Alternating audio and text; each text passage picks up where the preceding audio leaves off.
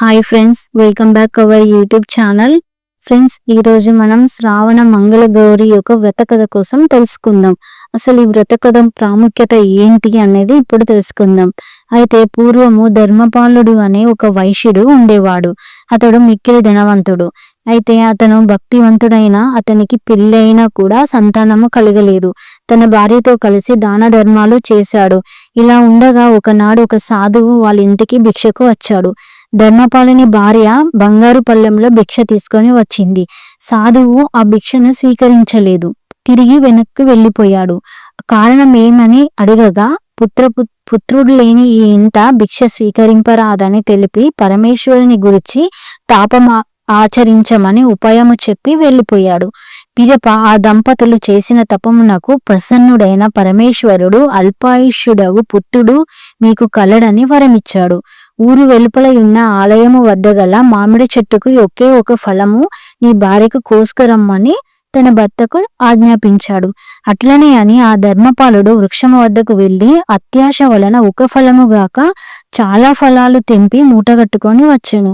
మూట విప్పి చూడగా ఒకటే ఫలము కనిపించింది. అదియే ప్రాప్తమని అతని భార్య భుజించింది. అనాది కాలమందు ఒక పుత్రునకు జన్మనిచ్చెను. అతనికి వారదత్తుడని నామకరణ చేశారు.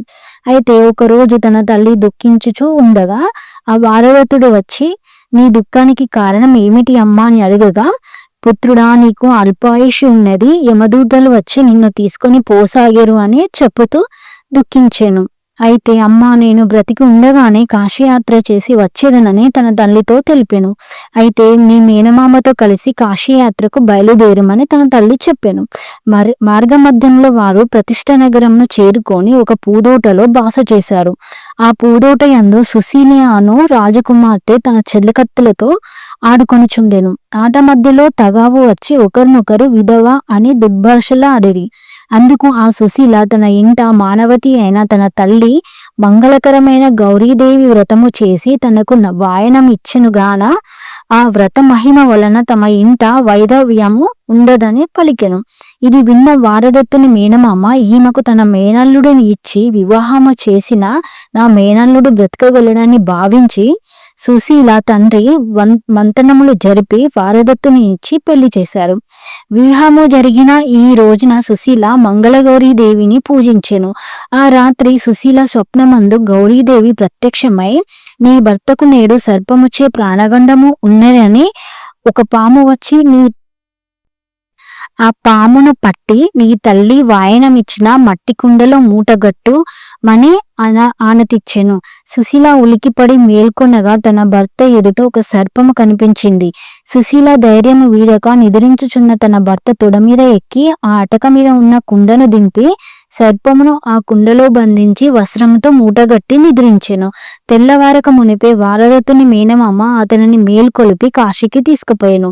సుశీల లేచి తన భర్త కనబడుట లేదని విషయమును తన తల్లిదండ్రులకు చెప్పెను. సర్పమును ఉంచిన కుండను తన తల్లి తెరిచి చూడగా అందులో ఒక ముత్యాల హారము కనిపించెను.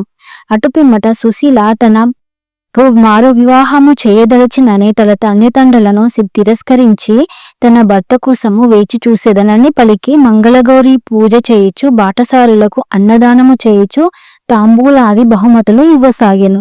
మరుసటి సంవత్సరమున కాశీ దర్శనం ముగించుకొని తన మేనమామతో కలిసి వారదత్తుడు తిరిగి వచ్చుచు సుశీల యందు నగరంన బాస చేసెను. ఆ రాత్రి అతడు స్వప్నమందు మంగళగౌరీదేవి యమభటులతో యుద్ధము చేసి ఓడించినట్టు కలగాంచెను. ఈ స్వప్నమును తన మేనమామకు తెలుపగా మంగళగౌరి మహిమచే అపమృత దోషము పోయినదని గ్రహించితిరి.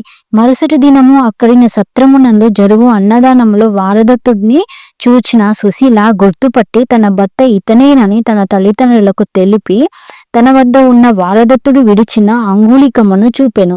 వారు వారదత్తుని గుర్తుపట్టి మర్యాదలు చేసి సారెతో సుశీలకు అప్పగింతలు తెలిపి వారదత్తునితో పంపెను.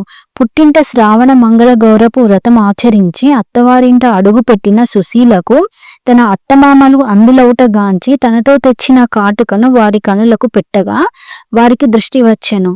మంగళగౌరీ దేవి మహిమ వలన ఇది అంత జరిగినదని గ్రహించిన సుశీల వారదత్తులు ఇద్దరు యావజ్జీవ పర్యంతరం మంగళగౌరీ దేవి వ్రతం ఆచరించుచు సుఖముగా ఉండిరి. సుశీల వంటి పతివ్రత వలన ద్వారదత్తుని ప్రాణాలు నిలిచెను. గ్రహించిన వారి బంధుమిత్రులు మంగళగౌరీ దేవి వ్రతము మేము కూడా చేసేదమని ఆ రోజున అందరూ మంగళగౌరీ వ్రతం ఆచరించారు.